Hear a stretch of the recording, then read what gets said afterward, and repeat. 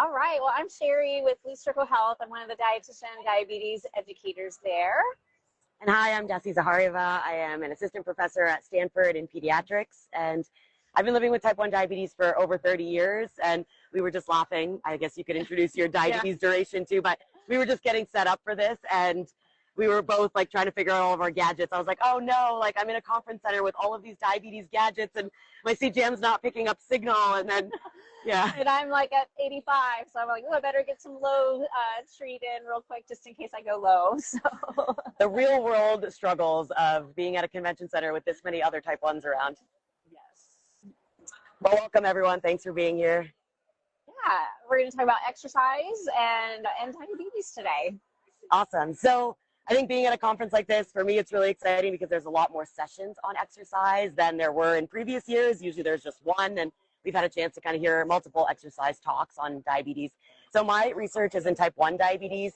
I don't do clinic-facing work, but I am a diabetes educator. So I always just want to say, like, what are some tips or things that like come to mind when it comes to exercise and navigating like how you educate your patients? Yeah, so I spend a lot of time talking about limiting insulin on board before exercise. We talk about the fear of having lows during exercise. We talk about ways to prevent that and help for people to plan ahead using either their AID system or if they're on injections, what to do for snacks and things like that to help people exercise safely. And can I ask, because this is like such an important concept, this idea of IOB. So one of the things that I presented on yesterday from a research concept is some of the studies that we're working on now is this idea that with an AID system, you can adjust active insulin time on some of the systems.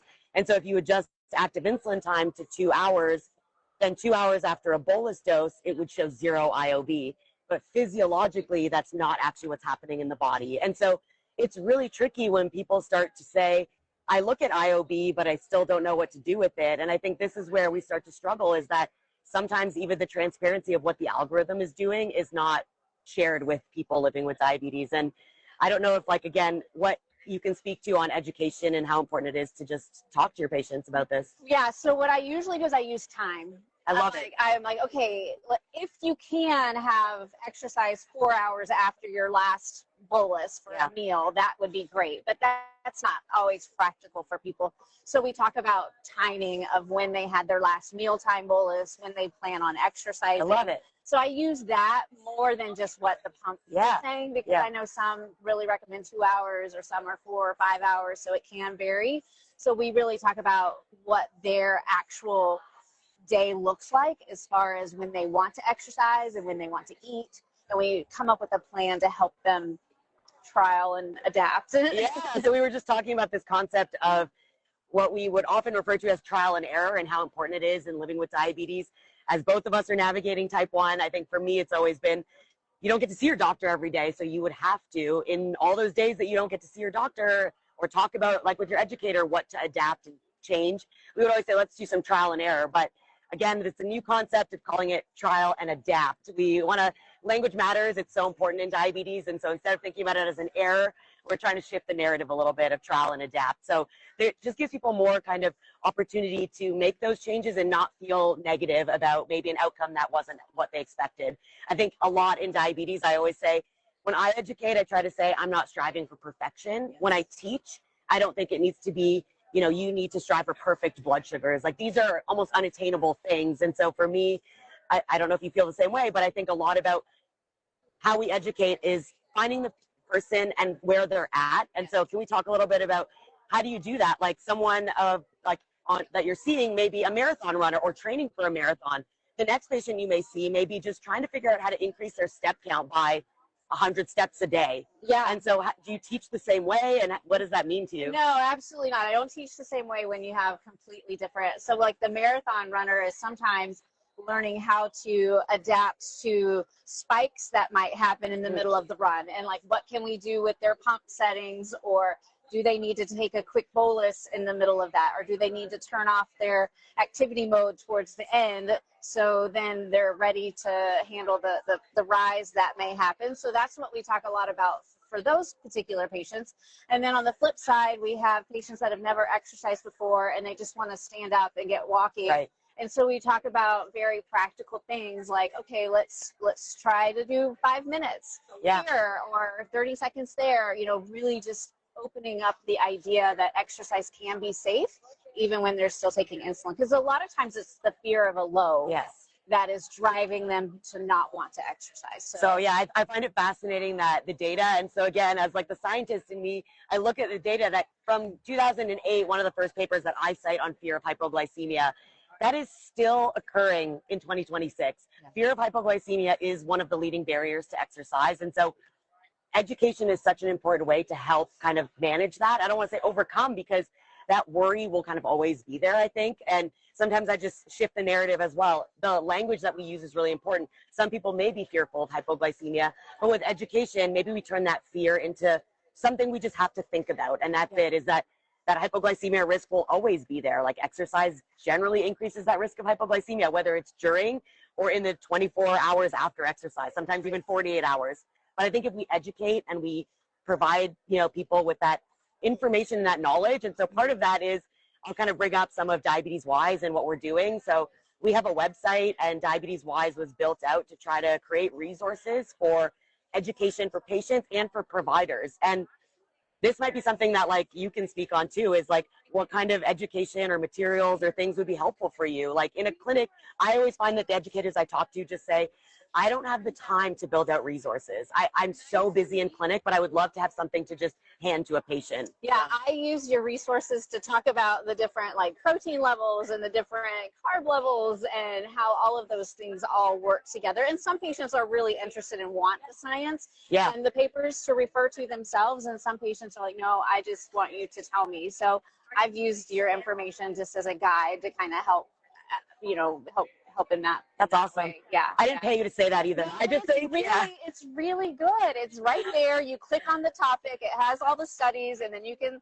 find them and look at them, and it's really, really helpful. And you also have a summary of what all the studies mean and what they're about. So that's really, really helpful. I think for us, what people, if you don't know, check out diabeteswise.org. But for us, it was really important to go back to the community and find out, like, what do providers and patients want information on when it comes to exercise? Because we could develop all the resources we want, but if it's not going to be helpful for you in clinic, then we've missed the mark. And so this is it. How do you address that?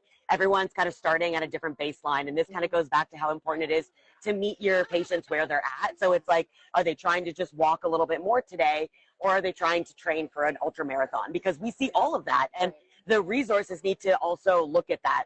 We talk about, again, some people care about the science, but as someone that's worked on publishing the consensus guidelines on exercise with leading experts around the world in the field, I'm not going to hand that to one of my patients and just say, read this 20-page dense document.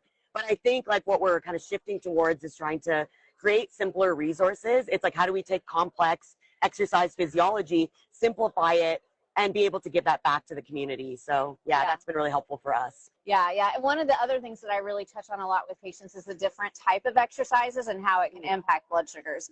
Yeah, can we talk about it a little more? Because it's just like, again, not every type of exercise will do the same thing, in addition to all these other factors we have to think about. But how do you even address this topic? So usually I'll ask the patient, well, what do you want to do? Like, what exercise do you enjoy doing? And then if they say they want to do strength training, then I'm like, oh, did you know that that can make your blood sugars go up? And then they're completely surprised. And they don't put two and two together. And so that's usually one that they're more surprised about. Most of the time they are aware that walks or cardiovascular work can typically lower blood sugars. Totally. But when it's like a mix of exercise or the strength training piece of it, they're a little bit really explosive. And I think for me, one thing I've started to also talk about is, do you do any types of competitions or tournaments, or do you have days where you have games? Like if you're on a structured team, like say you play basketball, practices and games may look very different. I think this is also really important to educate on, is as, you know, living with type 1, from my lived experience, doing martial arts, and for me doing something where training was usually at a lower intensity, and you know that cardiovascular benefit was there, but I was always experiencing kind of low blood sugars during practices. But during competitions, that adrenaline response that we often don't talk about, the first time it happened to me, I immediately thought this was a meal issue.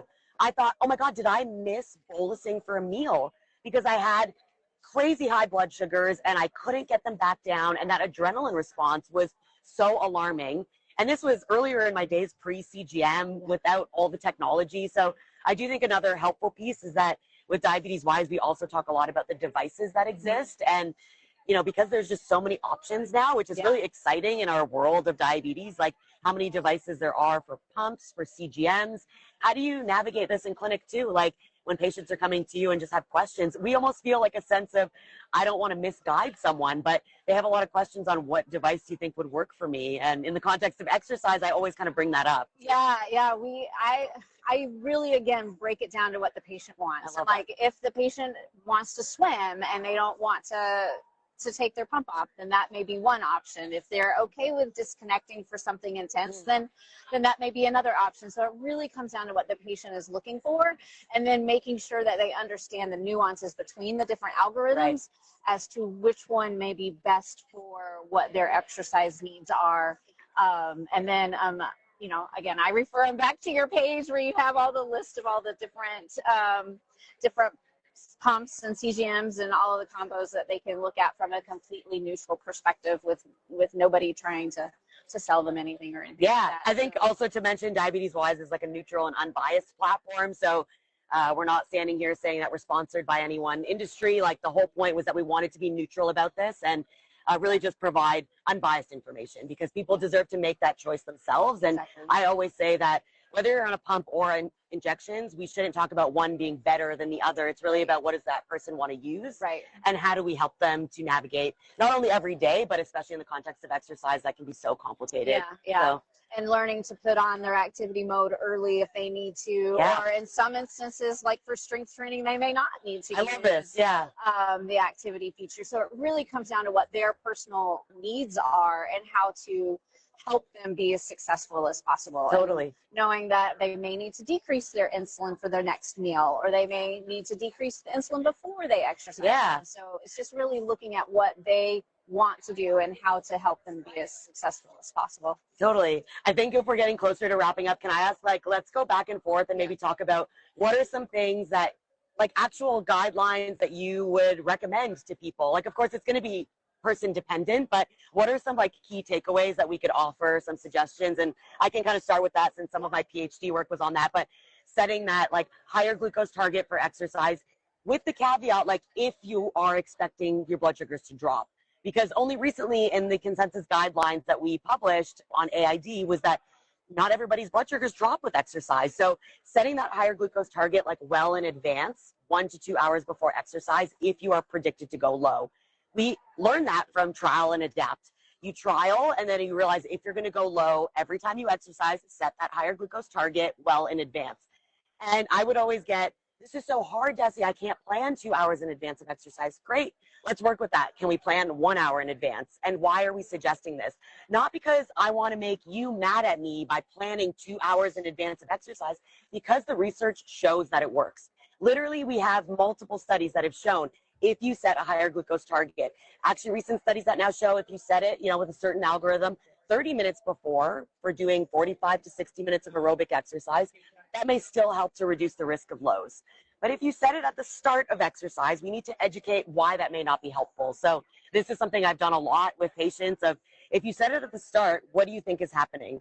Your insulin on board is too high. So that would be one of my big tips, and I almost feel like I'm always bringing this up, but there's a lot of education that goes behind that one point and why we do that. What's something else you would kind of add? Yeah, so one of the other things that I add is I talk about how exercise impacts blood sugars after. Oh, yeah. And so we talk about maybe decreasing the amount of insulin that they need at that immediate meal that might come right after exercise. So we talk about that and how it could even maybe be the next meal after that, also needing to decrease the amount of insulin that they take at their meals. So what if I came to you, because this is like something that comes up as well, is like, what do I reduce it by? How do I know when to start or how much to start? Do I do completely uncovered carbs, or do I reduce just a little bit? I usually have them start at 50%.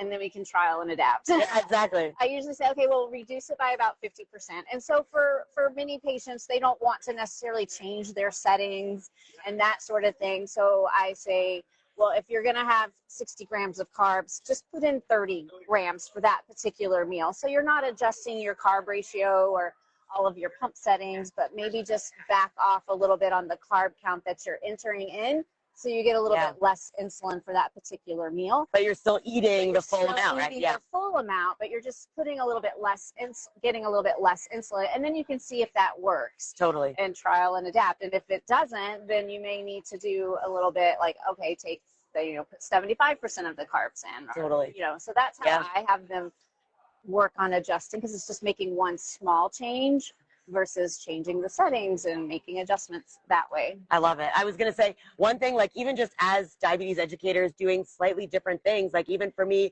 I will often talk about reducing insulin delivery post-exercise, but sometimes I'll say, if you're using an AID system, reducing by 50% with the meal either before or after exercise can be easier math. And we're trying to simplify the math.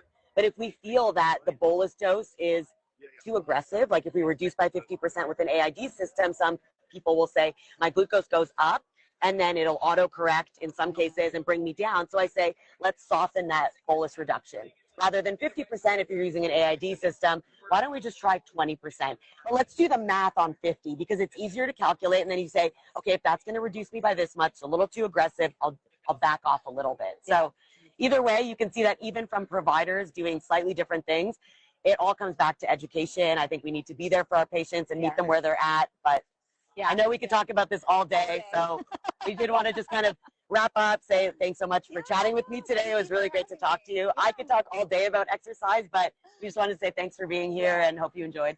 Thank you.